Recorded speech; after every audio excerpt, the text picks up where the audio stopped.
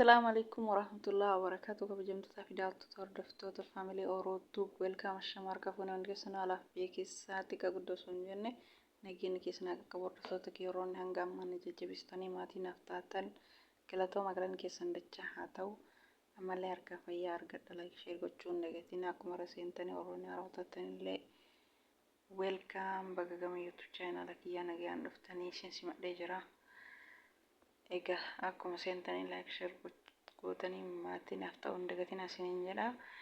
Egaa hordoftoota kee akkuma asirraa argitan yeroo mucayyoo samoona kana abbaan manaa ishii qaama ishii qullaa miidiyaa irra baasee miskiinaa akka gaafa gara miidiyaa kanaa isirratti argineeti akka gaafa waa'ee abbaa manaa ishii kaa'attiin jirtiin tun rakkoo keessa jirti. Rabbiin rakkoo hamaa kana keessaa haa baasu. Rabbiin abbaa ofii jaalatu fattanaa kana fattanamanii obsanii jala darbanii waan gahaa arganii Rabbi nama akkasiisan ishii haa taasisu nama obsee boru waan gammachuu jireenya fooyyaa jireenya gammachuu jireenya rahaa nama jiraatu Rabbi ishii haa taasisu Rabbi hamduu isirra haa qabu Rabbiin kooluu ofii isirra haa qabu bakka jirtutti Rabbi ishii haa eegu hamduurra haa qabu. Waan baay'ee garaa nama nyaatu waan baay'ee nama rifachiisullee guyyaa kaleessanii waqtii miidiyaa fuula miidiyaa ishii irratti jechuudha.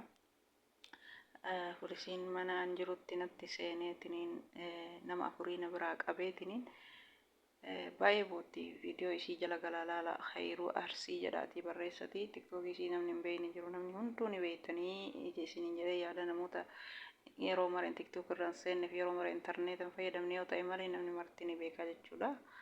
Kanaaf waan baay'ee garaa nama nyaatu ni bootti viidiyoo ishii san namni martuu argee jira Rabbiin ishii haa gargaaru Rabbi ishii haa laaffisu warroonni gargaartanii galchuu dandeetta warroonni qaama qabdan warroonni eejensii gargaara biyyattiin tun akka yeroo gabaabaa keessatti galtu Rabbi ishii haa taasisu Rabbi ishii haa gargaaru. Nama gargaaree Rabbiillee ni gargaara Rabbi hamduu isirra haa qabu. Kun ammoo mana keessatti ofiitti fayyaan qabu fayyaan xiyyaanatti jirti na dhukkuba jetti. Fayyaa isii bakkatti haa deebisuu fi yaa Rabbi yaa Allah fayyaa isiillee bakka deebisii fi ilmi isiillee guddee isii galmaan gahee fi rakkoo isiin keessa jirtu rakkoo isii yeroo hundaa boottu yaa Oromoo jettee yeroo hundaa boottu kanallee yaa Rabbi rakkoo keessa baasi yaa Rabbi abbaan furmaata sii. Nama hunda rakkataa hundaafuu yaa Rabbitti daddafee furmaata godhii mucattii tanallee furmaata godhii fi nagaan gara biyyaa isii galchii yaa Rabbi yeroo gabaabaa keessatti har'aa boru osoo hin jenne Rabbiin laaftumatti Rabbiin danda'aadha. Rakkoo kana keessa si haa baasuu dalagallee dhabdee daa'ima wajjin rakkataa jirti. Rakkoon baay'eedha wallahi waan baay'ee garaa nama nyaatu yaa Rabbi yaa Allah.